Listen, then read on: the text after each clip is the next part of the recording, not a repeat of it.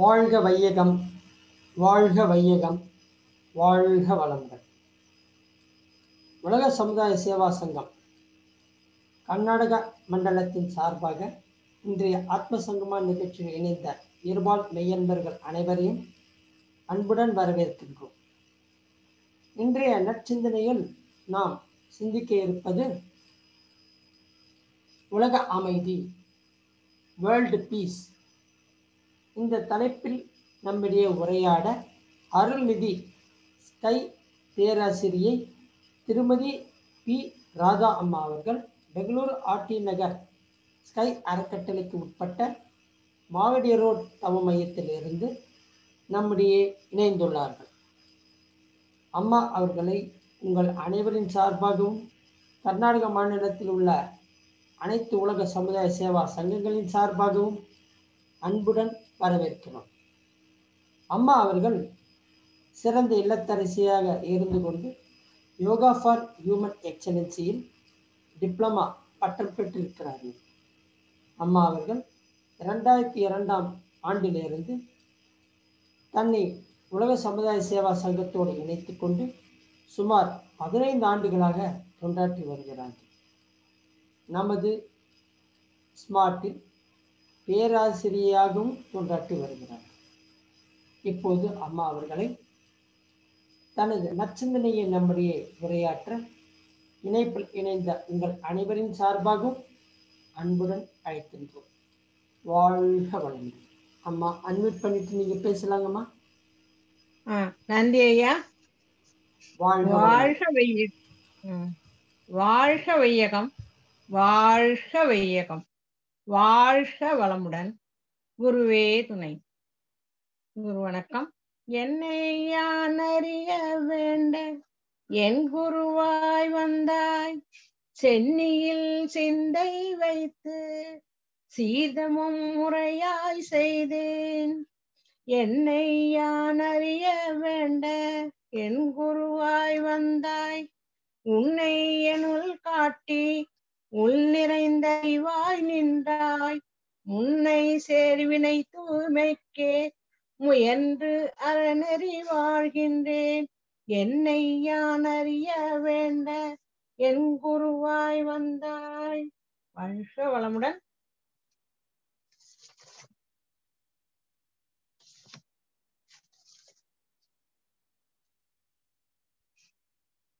முதற்கண் எனது நன்றியை எல்லோருக்கும் தெரிவித்துக் கொள்கிறேன். நம்ம உலக சமுதாய சேவா சங்கத்தின் தலைவர் குரு வேதாத்திரி மகரிஷி அவர்களையும் வணங்கி, என்னுடைய குருவாகிய 2வது குரு பத்மநாப ஐயாவையும் நினைவில் நிறுத்தி, உலக சமுதாய சேவா சங்க தலைவர் SKM அவர்களையும் வணங்கி, உலக சமுதாய சேவா சங்கத்திற்கும் மற்றும் கர்நாடக மண்டல தலைவர் தளபதி ஐயாவிற்கும் விஜயா தளபதி அவர்களுக்கும் இத்தலத்தில் சேவை புரியும் எல்லா அருள்நிதியருக்கும் எங்களுடைய தளத்தில் இணைந்திருக்கும் எல்லோருக்கும் என் வணக்கத்தை கூறி, மகரிஷியின் உலக சமாதானத்தை பற்றி எனக்கு தெரிந்ததை பேச வருகிறேன். இதுதான் என் தலைப்பு. தவறு இருந்தால் திருத்தவும், நன்றாக இருந்தால் பாராட்டவும். வாழ்க வளமுடன். எனக்கு இன்னும் ஊக்கம் கொடுத்த டாக்டர் தேவி தேவதாஸ் அவர்களும் நாகராஜ் சார், சீனிவாஸ் அவர்களுக்கும் எனது நன்றியை தெரிவித்துக் கொள்கிறேன். உலக சமாதானத்திற்கு முதல் ஆலியாரில் 2000 ஆகஸ்ட் உலக அமைதி கருத்தரங்கு பல மத தலைவர்களுடன் நடந்தது. உலக அமைதிக்கு தத்துவ ஞானம், விஞ்ஞானம் இணைந்து திட்டங்கள் வகுத்தால் மக்களுக்கு நிறைவும் அமைதியும் கிட்டும்.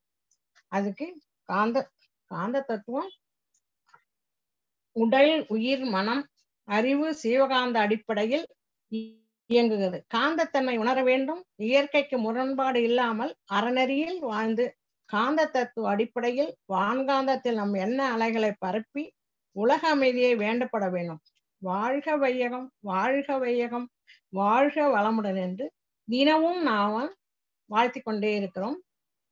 அது வேள்வியாக 108 முறை செய்கிறோம். இந்த அலையில நம்ம நிறைய அமைதி வேண்ட அலைகளை பரப்பி வருகிறோம்.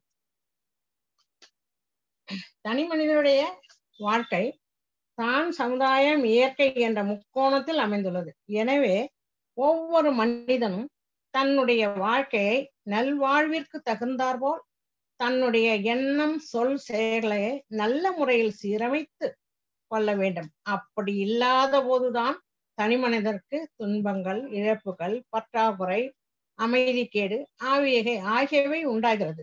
ஒரு மனிதன் இயற்கை உணர்ந்து இறைநிலை அறிவினால் எண்ணம், சொல், செயல் விளைவறிந்து ஒழுக்கம், பழக்கம் உணர்ந்து செயலாற்றும் போது உலகில் உள்ள யாவருக்கும் அமைதி கிட்டும். நன்றி உணர்வுடன் செயல்பட துவங்கினால் ஒழுக்கத்தோடு வாழ வழிவகுக்கும். நற்கர்மங்கள் செய்து வாழ்வது மன அமைதியை கிடைக்கும். வாழ்க்கையில் சிக்கல் தீரும்.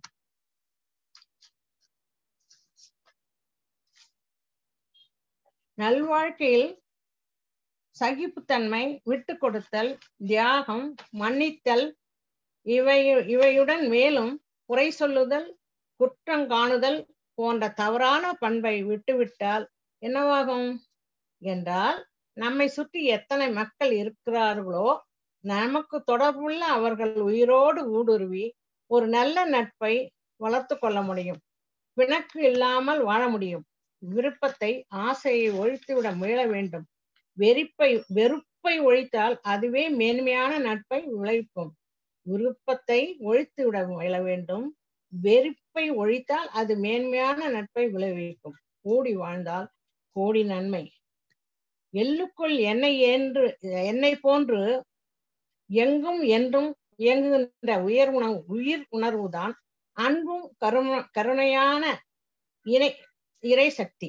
மடல் விரிந்த பூவன மலர்ந்த மதிக்கொண்டு மண்ணுலகில் மக்களெல்லாம் மயக்கம் நீங்கி வாழ வேண்டும். அதான் சமுதாய அமைதிக்கு கிடைக்கும்.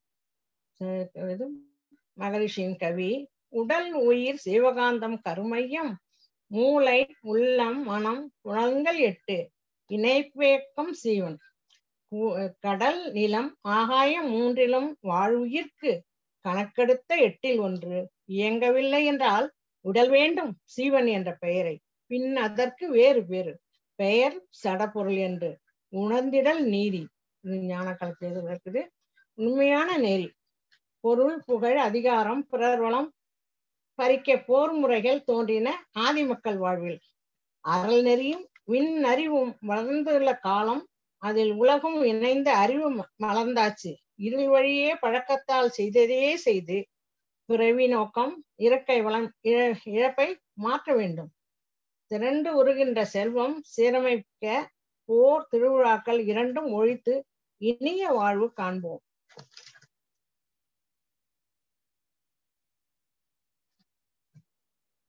பொன் மூலம் உடல் வளரும். பூரித்த காமத்தால் குடும்பம் உண்டாம். அருள் நெறியாம் அறவாழ்வே ஆக்கும் சமுதாயத்தை வீடு வேறு. பொருளீட்டி அறங்காத்து புலனடங்கி உலக சமாதானம் காக்கும். பெருமை உணர்வும் கடமை பிறவாது ஆற்றி உயிர் வாழ்வு காண்போம். பொருள் தேவை அனைவருக்கும் பொதுவாம் காமம். காமம் பொருந்திய பொறுப்புடைய வயதில் தேவை. அருள் தேவை அருள்நுட்பம் உடையோர்க்கே. பொருள், காமம், அறம், வீடு பேருக்கு ஒரு உலக சமாதானம். இது மகரிஷியோட எண்ணம். நீதி நெறி உணர் மாந்தராகி வாழும் நிலையுணர்ந்து தொண்டாற்றி காண்போம் என்கிறார் மகரிஷி. மேலும் எத்தகைய உயிர்க்கும் இன்ப நிலை காத்து இறையுணர்வில் இணைந்து அறமாற்றி வாழும் பேரு அப்படிங்கிறார். இந்த பாடல் வரிகள் நமக்கு உணர்த்துவது என்ன? உயிருக்கும் நாம் தரும் அன்பு, பாதுகாப்பு, கருணையும் பராமரிப்பு இணைந்த அறநெறி. இதுவே வேதாத்திரிய வாழ்க்கை நெறி. இறைநெறியும் அறநெறியும் வேதாரியத்தின் இரு கண்கள்.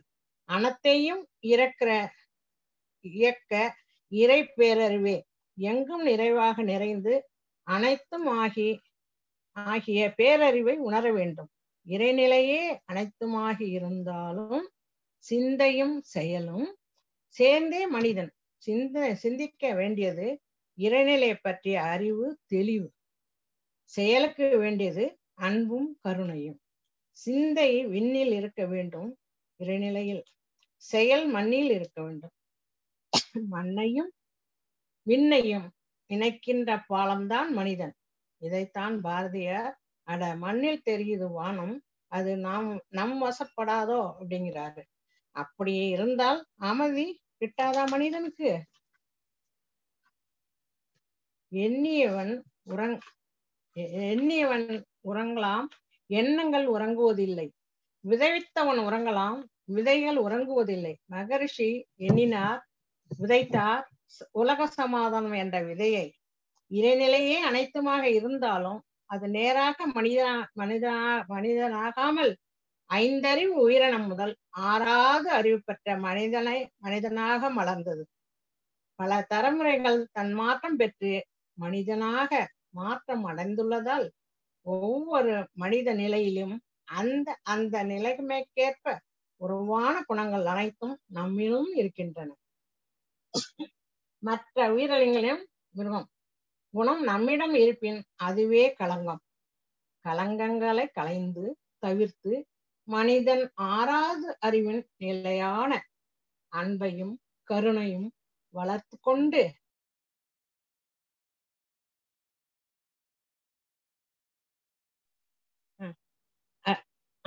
உயர்நிலை அன்பும் கருணையும் உயர் அறிவு நிலையாம் பல தலைமுறைகள் கடந்து நாம் வருவதால் முறையானதும்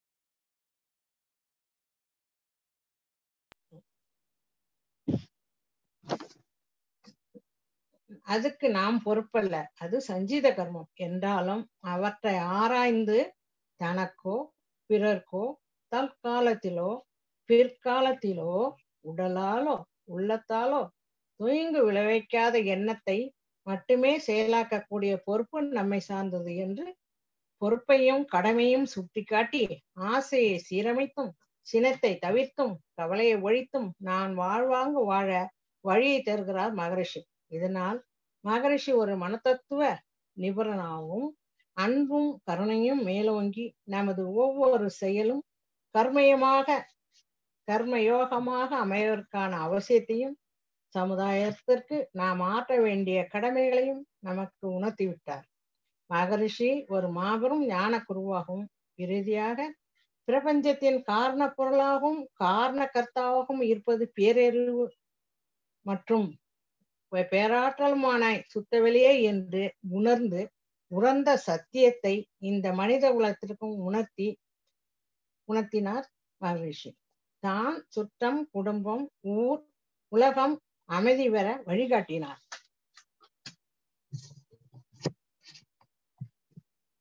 நம்மை அறிவுதான் நடத்துகிறது, அதுதான் இறைவன். நம்மை நாம் அறிந்து கொள்வதற்கு தவம் வேண்டும். உள்ளுணர்வு மூலம்தான் அருள் தந்தைக்கு எல்லாம் கிடைத்தது. மயக்கம் தன்முனைப்பு கர்மவினை நீங்கும் தவம் மூலம்.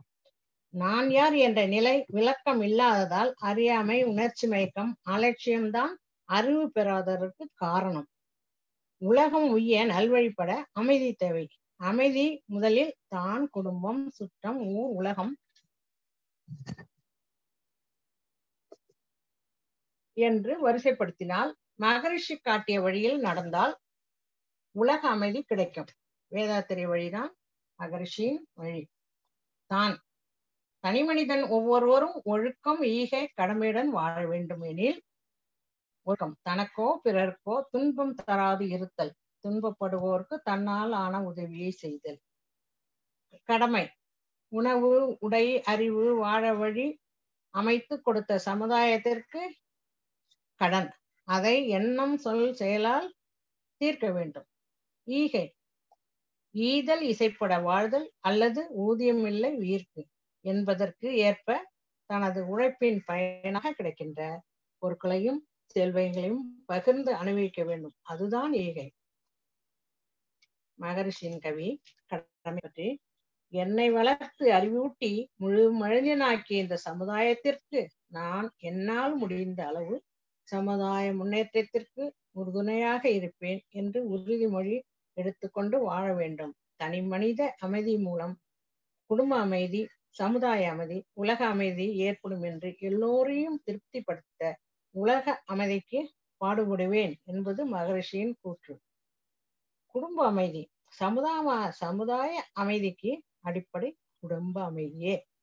அகத்தவம் அகத்தாய்வு குணநலம் உயிர் வளம் மனவளம் உடல் நலம் வீடு பேறு எல்லாம் பெற்றால்தான் அமைதி வாழ்வு பெற்று அளிக்கக்கூடிய பெற அமைதி வாழ்வு பெற அளிக்கக்கூடிய நமது குண்டலினி யோக வாழ்வு மனித குலத்திற்கு எல்லா வகையிலும் நலம் பயக்க வல்லது என்று மலக்கலை பயிற்சிகளை பற்றி கூறிய மகரிஷி அவர்கள் நாம் ஒவ்வொருவரும் பார் முழுவதும் அமைதியை பெற தொண்டாற்ற வேண்டும் என்று விரும்பினார். அன்றைய விஞ்ஞான உலகம் முன்னேறியுள்ளது.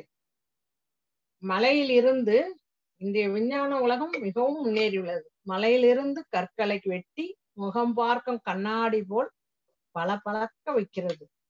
உலோகங்கினாலான இவ்விமானத்தை வானில் பறக்க விடுகிறார். மனிதர்களையும் பொருட்களையும் சுமந்து செல்வதையும் பார்க்கிறோம். அதே விஞ்ஞானம்தான் துப்பாக்கி, பீரங்கி, அணுகுண்டு, ஹீரோஷிமா குண்டுவெடிப்பு எல்லாம் இவற்றை தயாரிக்கிறது. ஏனென்றால் இந்த மனிதர்களுக்கு அடுத்த மனித உயிரின் அருமை தெரியவில்லை. இவர்களுக்கு கருணை, அன்பு, அமைதியின் தன்மை என்பது தெரியவில்லை. இவர்களுக்குள் தனிமன அமைதி, சாந்தம் வேண்டும். தனிமன அமைதி இருந்தால் குடும்பத்தில் இன்பம், அமைதி வரும். குடும்ப அமைதி, சுற்றங்கள் அமைதி, ஊரம் அமைதி, சமுதாய அமைதி பெற்றால் உலக அமைதி எல்லாமே தானே கிடைக்கும். தனிமனித அமைதியுள்ள குடும்பத்தை பார்த்து ஊரே மதிக்கும், சமுதாயமே மதிக்கும். மதிப்பு இது போன்ற சமுதாயங்களை பார்த்து உயரும். உலகே மதிக்கும் மரியாதையும் இவை அனைத்தும் தனிமனித அமைதியால் முடியும் என்றால் அது மகரிஷியின் உடற்பயிற்சி, தவம், அகத்தாய்வு, தற்சோதனைகளால் தான் முடியும். மகரிஷியின் தவத்தால் அமைதியை உணர முடியும். அமைதி பல வகை. புயலுக்கு பின்னால் வருவது சுகமான அமைதி. போருக்கு பின் வருவது தற்கால அமைதி. விளைவுகளை மறக்க முடியுமா? எவ்வளவு காலமானாலும் அந்த செயல்களை மறக்க முடியாது. தவத்தால் வரும் அமைதிதான் மனத்திற்கு சாந்தி அளிக்கும். அமைதியின் தன்னை உணர்ந்தால் உயிரின் நிலை உணர்ந்தால்தான் உயிர் எவ்வளவு உயர்வு என்று உணர்ந்தால் தன் உடம்பில் பஞ்சேந்திரியங்கள், உடல் உறுப்புகள், மனம் இவை எல்லாவற்றையும் செயலாக்கும் சீவகாந்த சக்தி உயிர் சக்தி ஆகும். அது இறையே. இந்த உயிரின் தன்மையை, இறை நிலையை தவத்தால் உணர முடியும். இந்த தவம் அமைதியால் வரும். நாம் இந்த அமைதியை நன்கு உணர்ந்தால்தான் உயிர் வதைத்தல், துன்புறுத்தல், பிற சுதந்திரத்தை மறித்தல், திருடுதல், பஞ்சமா பாதகம் செய்தல் போன்ற செயல்கள் செய்ய மனம் வராது. இல்லை என்றால் அமைதி வருவது நிச்சயம். ஒரு தனி மனிதனால் வருவதுதான் உலக அமைதி. பிறருக்கு தொண்டாற்ற வேண்டும், பிறர் படும் துன்பத்தை நீக்கி துணை புரிய வேண்டும் என்ற வகையில் தனி மனிதனிட தொண்டு உள்ளம் சமுதாய வளத்தை பெருக்க உதவும். உலக அமைதியை பெருகும். அமைதி மனித வாழ்வில் நிறைவை தரும். தெய்வீக என்பும் ஒரு மதிப்புடைய வாழ்க்கை செல்வமே அமைதிதான். எனினும் இன்று உலகில் நடப்பதென்ன? அமைதி குறைந்து, அச்சம் நிறைந்து மக்கள் நிலையற்ற வாழ்க்கை நடத்துகிறார்கள். போட்டி, பகை, போர், அச்சம் நிரந்தரமாக உள்ளது. இந்த நிலை நீடிக்க கூடாது. கட்டாயம் மாறித்தான் ஆக வேண்டும். யார் மாற்றுவது? எப்படி மாற்றுவது?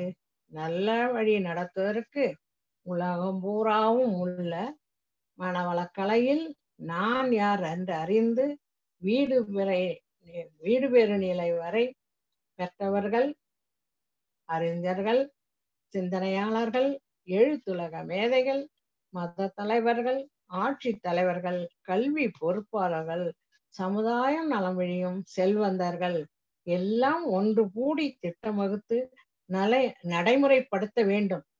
எப்படி மாற்றுவது? மனித வாழ்வு நிறைவு செய்யும் துறைகள் 2. 1 பொருள் துறை, 2 அறல் துறை. விஞ்ஞான வளர்ச்சி உலகின் பொருள் துறையை மாற்றிவிட்டது. அருள் துறையில் மனிதகுலம் பின்னடைந்து விட்டது என்றுதான் கூற வேண்டும். ஒவ்வொரு உயிரும் தெய்வத்தின் விளையாட்டு அரங்கம் என்பதை பெரும்பாலோர் உணரவில்லை. அதனால் மனிதனே மனிதனுக்கு துன்பம் தருகிறான். விஞ்ஞான மேன்மையால் வரும் பொருள் வளர்ச்சி கூட மனிதகுல சீரழிவுக்கு பயன்படுத்தப்படுகிறது. அணுகுண்டுகள் போன்ற கொடிய போர்க்கருவிகள் மனித இனத்தையே அழித்து விடுமோ என்று அஞ்ச வேண்டியுள்ளது. இந்த நிலை மாற வேண்டும், மாற்றியாக வேண்டும். இதற்கு ஒரே வரி அருள்துறையே ஆகும். மகரிஷியின் விழிப்புணர்ந்த விழிப்பு நிலை வீடு பேறு பெற்ற ஆன்மீக அன்பர்கள் பொறுப்பேற்க வேண்டும். மகரிஷியின் ஆன்மீக சிந்தனையும் அன்பும் கருணையும் அருகுண சீரமைப்பும் செவல் விளைவு தத்துவமும் தனிமன அமைதியின் உலக அமைதிக்கு ஏற்புடையது ஆகும். தனி மனிதர்களாகிய நாம் மகரிஷியின் இத்தீர்வுகளை கடைபிடித்து வாழ்ந்து நாம் ஒன்றாக சேர்ந்து இவ்வையகம் முழுதும் வாழ்க வையகம், வாழ்க வளமுடன் என்று வாழ்த்தியே அந்த நிலை நாம் பெற வேண்டும். உலக மக்கள் அமைதியுடன் வாழ மகரிஷியின் திட்டங்கள் நிறைவேற இறைநிலை அருள் புரிய வேண்டும் என்று நாம் வேதாத்திரிய வேர்கள் சாரர்கள் சேது பாலம் கட்ட அணில் உதவிய சிறு துளி மண் போல் நாமும் முடிந்தவரை தொண்டு செய்து உலக சமாதானத்துக்காக வேதாத்திரியத்தை பரப்பி வாழ்வோம். வேதாத்திரியம் வாழ்க, உலகெங்கும் வேதாத்திரியம் பரவட்டும். வேதாத்திரியம் வாழ்க வளமுடன். உலக அமைதி கிட்டும் நாள் தூரமில்லை. உடல் உயிர் வாழ்க்கையறம் உலகெங்கிலும், உடல் உயிர் வாழ்க்கையறம் உலகெங்கிலும் தழைத்தோங்க உலகிணந்த பேரரசு உறுதி செய்யும் நிலை வேண்டும். உலக அமைதி வேதாத்திரிய சின்னம். உலக அமைதியை பற்றிய ஒரு செய்தி. வேதாத்திரிய சின்னம் உலக உருண்டையில் ஆலையில பார்த்துப்பீங்க. அதுல உள்ள இரட்டை புறா. அந்த புறால ஒண்ணு முறையான இறை உணர்வும், இரண்டாவது சரியான அறநெறியும். இவர்களின் மூலம்தான் உலக அமைதி கிட்டும் என்பதுதான் அதோட அடையாளம். அப்புறம் சாமிகள் சொல்றாங்க, உனை உணர்ந்தேன், உயிர் உணர்ந்தேன், வினை உணர்ந்தேன், உயர் தொண்டில் மன நிறைவும் மகிழ்ச்சியும் கண்டேன் அப்படிங்கிறாங்க சாமிஜி.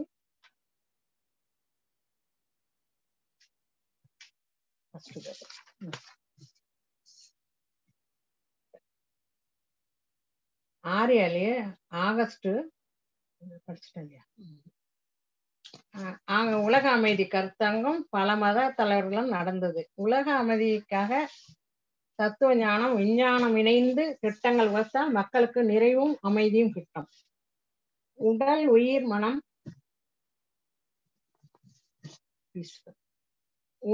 உயிர் மனம் அறிவு சிவகாந்த அடிப்படையில் இயங்குகிறது. காந்தத்தன்மை உணர வேண்டும். இயற்கைக்கு முரண்பாடு இல்லாமல் அறநெறியில் வாழ்ந்து காந்த தத்துவ அடிப்படையில் வான்காந்தத்தில் நம் எண்ண அலைகளை பரப்பி உலக அமைதி வேண்டப்பட வேண்டும்.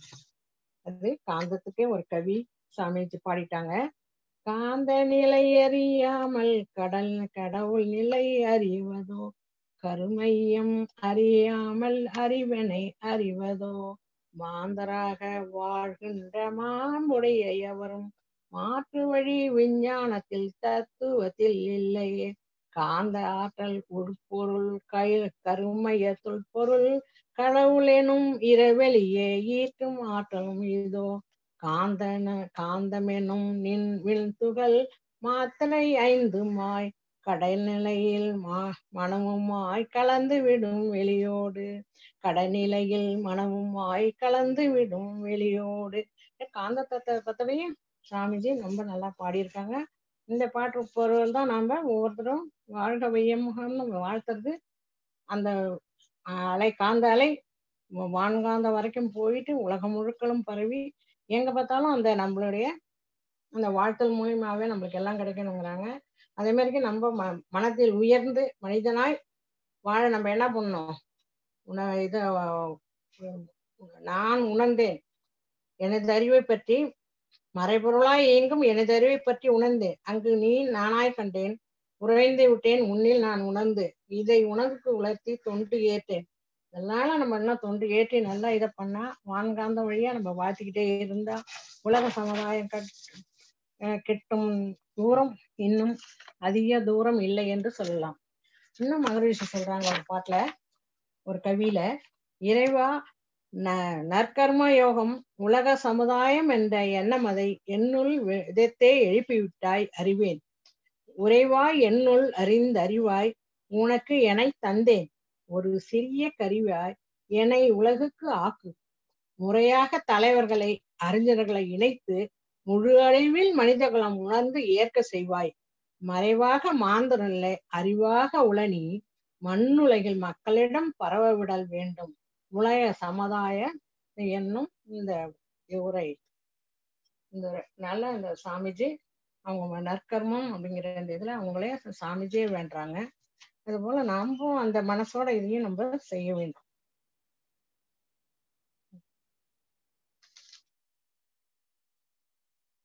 மகரிஷி ஒரு வேண்டாங்க, அறிவின் விளக்க ஒளியோடும் அனுபவங்களின் சிறப்பான பொறுப்புணர்வோடும் உங்களில் உணர்வி நிறைந்து உங்களில் ஊறி வரும் அன்பின் வெள்ளத்தில் திளைத்து கொண்டு இருக்கிறேன். இத்தகைய உயர்ந்த தொடர்பால் அருமையின் ஒருமை பெற்றால் எனது அருத்தொண்டில் நீங்களும் இணைந்து தொண்டாற்றி வாழ்க.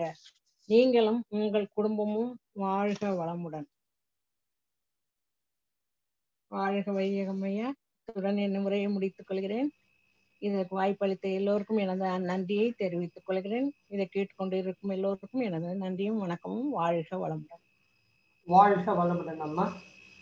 உலக அமைதி என்ற தலைப்பிலே உலக அமைதிக்கு வித்தாக இருப்பது சமுதாய அமைதி, சமுதாய அமைதிக்கு வித்தாக இருப்பது குடும்ப அமைதி, குடும்ப அமைதிக்கு வித்தாக இருப்பது தனி மனித அமைதி, தனி மனிதன் அமைதிக்கு வித்தாக இருப்பது வேதாத்திரியம் என்ற வேதாத்திரிய தத்துவத்தை மிக எளிமையாக அழகாக அனைவருக்கும் புரியும்படி உங்களுடைய தமிழிலே பேசியதற்கு மிக்க நன்றி. வாழ்க வளமுடன். அம்மா அவர்களிடம் பேச விரும்புபவர்கள் ஹேண்ட் ரைஸ் பட்டனை ரைஸ் பண்ணி பேசலாங்க. அதற்கு முன்பாக இன்று மற்றும் நாளைய நிகழ்ச்சிகள் பற்றிய அறிவிப்பு.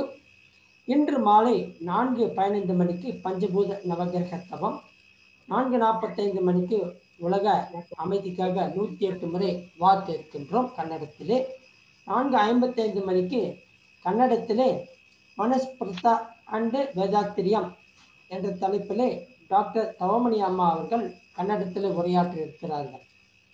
அதை அடுத்து 5:30க்கு உலக அமைதி வாத்து வேர்ல்டு பீஸ் பிரேயர். நாளை மதியம் 2 மணிக்கு தவம். அதை அடுத்து சந்திரசேகர் பி ப்ரொஃபஸர் ஐயா அவர்கள் இன்றைய வாழ்க்கைக்கு முறைக்காக காயக்கல்பம், இன்றைய வாழ்க்கை முறைக்காக காயக்கல்பம், Kayakalpa for today's lifestyle என்ற தலைப்பிலே தமிழிலே உரையாற்றி இருக்கிறார்கள். 4:15 மணிக்கு கன்னடத்திலே தவம் ஏற்று இருக்கின்றோம்.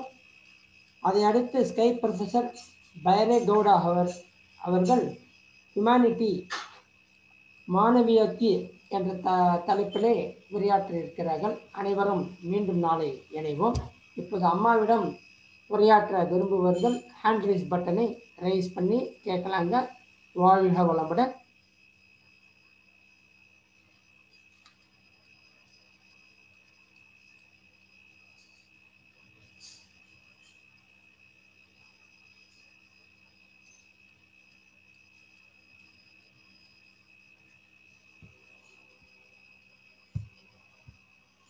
அன்மியூட் பண்ணிட்டு பேசலாங்க செல்வி.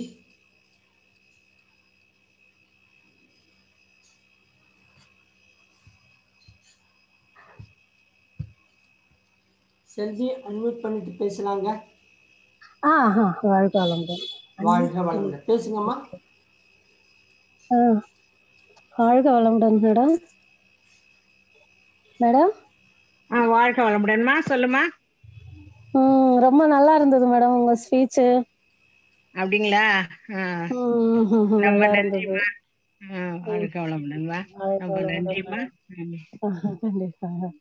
சரிங்க மேடம். வாழ்க வளமுடன் மேடம். வாழ்க வளமுடன்மா.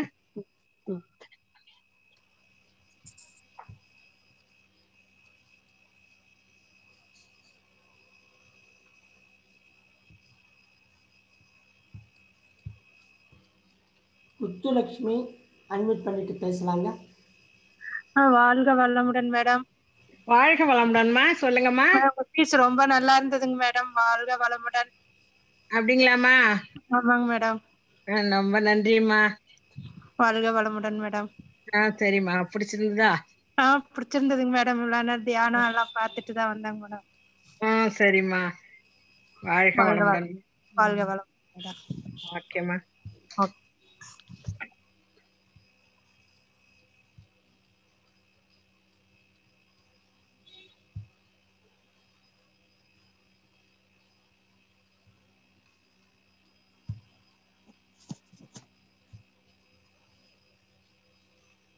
குரு சித்ரா ஹேண்ட் ரைஸ் பண்ணாங்க. மேடம் நாகராஜ் ஐயா அன்மியூட் பண்ணிட்டு பேசலாங்க ஐயா.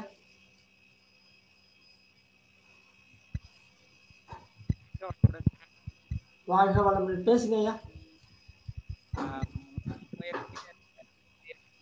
ஐயா ரொம்ப லோவா இருக்கு, உங்க வாய்ஸ் கேட்கல யாருக்கும். அம்மா பேசுறேன். இன்னைக்கு முதல் முயற்சி. ஆமா ஆமா சார், உங்களுடைய ஊக்கம்தான் எல்லாம் கொண்டு வந்து நல்ல முறையில பிரசன்ட் பண்ணீங்க. சந்தோஷம் சார். வாழ்க சார். நல்லா கேட்கல சார் மைக்கு. நிகழ்ச்சியில நீங்க எல்லாம் செய்யலாம் சார். தைரியம் வந்துருச்சு நீங்க கொடுத்த ஊக்கம்.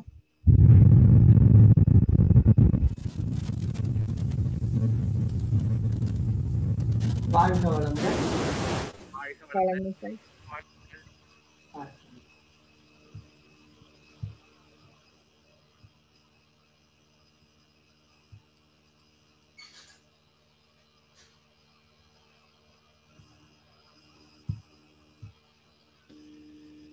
காந்திபதி சங்கர் அன்மியூட் பண்ணிட்டு பேசலாங்க. ஹலோ ஹலோ, வாழ்க வளமுடன்மா. வாழ்க வளமுடன். ரொம்ப நன்றி மேடம். Thanks madam. என்னத்துக்குமா? ஹலோ, சொல்லுங்க. நல்லா இருந்தது மேடம். ரொம்ப ரொம்ப நல்லா இருந்தது மேடம். ஓஹோ, அப்படியா? சரிம்மா, சந்தோஷம். நல்லா இருந்தது. ரொம்ப உலக அமைதி பத்தி, ஐயாவை பத்தி இவ்வளவு விளக்கமா விரிவா சொல்லிருக்கீங்க. அப்படியா? எல்லாருக்கும் புரியுற மாதிரி, எல்லாருக்கும் நல்லா புரிஞ்சுது, நல்லா புரியுற மாதிரி சொல்லியிருக்கீங்க. வாழ்க வளமுடன்மா. எல்லாம் குரு துணை. வாழ்க வளமுடன் மேடம். வாழ்க வளமுடன். வாழ்க வளமுடன். எல்லாம் ஃபர்ஸ்ட்ல இருந்து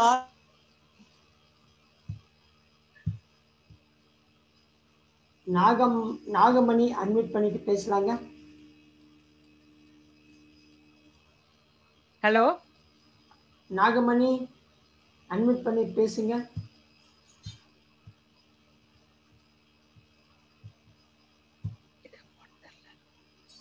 நாகமணி அன்மியூட் பண்ணிட்டு பேசலாங்கம்மா.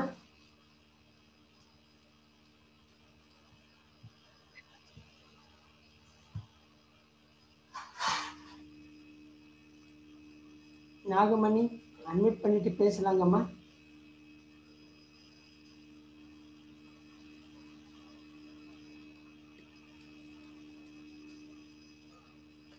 வாழ்க வளமுடன். அம்மா முடிச்சுக்கலாங்களா? சரி சார், நன்றி ஐயா. நன்றி. நாகமணி அம்மா அன்மியூட் பண்ணது முடியல, என்னன்னு தெரியல. அவங்க வந்தாங்க. இருக்கலாம் சார், இருக்கலாம் சார். முடிச்சுக்கலாம் இல்லைங்களா? முடிச்சுக்கலாம் சார் ஐயா. நாகமணி பேசுங்க. நாகமணி ஹலோ, வாழ்க வளமுடன். வாழ்க வளமுடன்மா. வாழ்க வளமுடன். குரு உங்களுக்கு நல்லா துணை புரிஞ்சாங்க, நல்லா இருக்கு, நல்லா பேசிட்டீங்க. உங்களால நாங்களும் இன்னும் இம்ப்ரூவ் ஆகுறோம். வாழ்க வளமுடன்மா. பேசணும்பா. பேச வேண்டும். அதான் நாகராஜ் ஐயா நல்லா ஊக்கம் கொடுத்துட்டாங்க. டாக்டர் அம்மாவோட இதுக்கு நல்லா புரிஞ்சிச்சு. இன்னும் நல்லா நல்லா பேசிருக்கீங்க ஐயாவோடது பத்தி, உலக அமைதிக்கு எப்படி வேணும்னுட்டு. வாழ்க வளமுடன்மா. வாழ்க வளமுடன். நன்றி அம்மா. நீங்க எல்லாம கலந்து கேட்டு எப்பொழுதும் இன்புற வேண்டும். வாழ்க வளமுடன். நல்ல அம்மாவோட ஆசீர்வாதம் எல்லாருக்கும் இருக்கட்டும்மா. ஐயாவோட ஆசீர்வாதம் குருவாரலும் இருக்கணும். வாழ்க வளமுடன் ஐயா. நாகராஜ ஐயாவுக்கு வாழ்க வளமுடன்.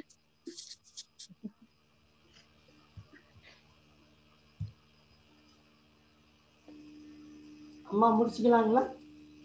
முடிக்கலாம் ஐயா. வாழ்க வையகம், வாழ்க வையகம், வாழ்க வளமுடன்.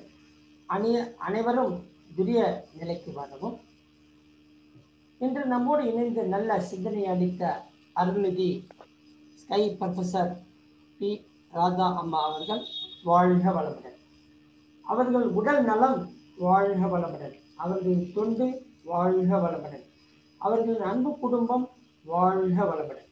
ஆத்ம சங்கமா இணைப்பில் இணைந்த அனைவரும் வாழ்க வளமுடன். கர்நாடக மாநிலத்தில் உள்ள அனைத்து ஸ்கை அறக்கட்டளைகள் வாழ்க வளமுடன். அதில் தொண்டாற்றும் அனைத்து அன்பர்களும் வாழ்க வளமுடன். இந்த வாய்ப்பை நமக்கு அளித்த கர்நாடக மாநிலத்தில் உள்ள உலக சமுதாய சேவா சங்கத்தின் தலைவர் அருள்நிதி திரு டாக்டர் தளபதி ஐயா அவர்கள் வாழ்க வளமுடன். கர்நாடக மாநிலத்தில் உலக சமுதாய சேவா சங்கத்தின் ஸ்மார்ட் துணைத் தலைவர் அருள்நிதி திருமதி டாக்டர் வித்யா தளபதி அம்மா அவர்கள் வாழ்க வளமுடன். வாழ்க வையகம், வாழ்க வையகம், வாழ்க வளமுடன். மீண்டும் நாளை மதியம் 2 மணிக்கு அனைவரும் இணைவோம், பயன் தருவோம் என்று இந்த நிகழ்ச்சியை முடிவுக்கு கொண்டு வருகின்றோம். முடிவாக உலக நல வாழ்த்து.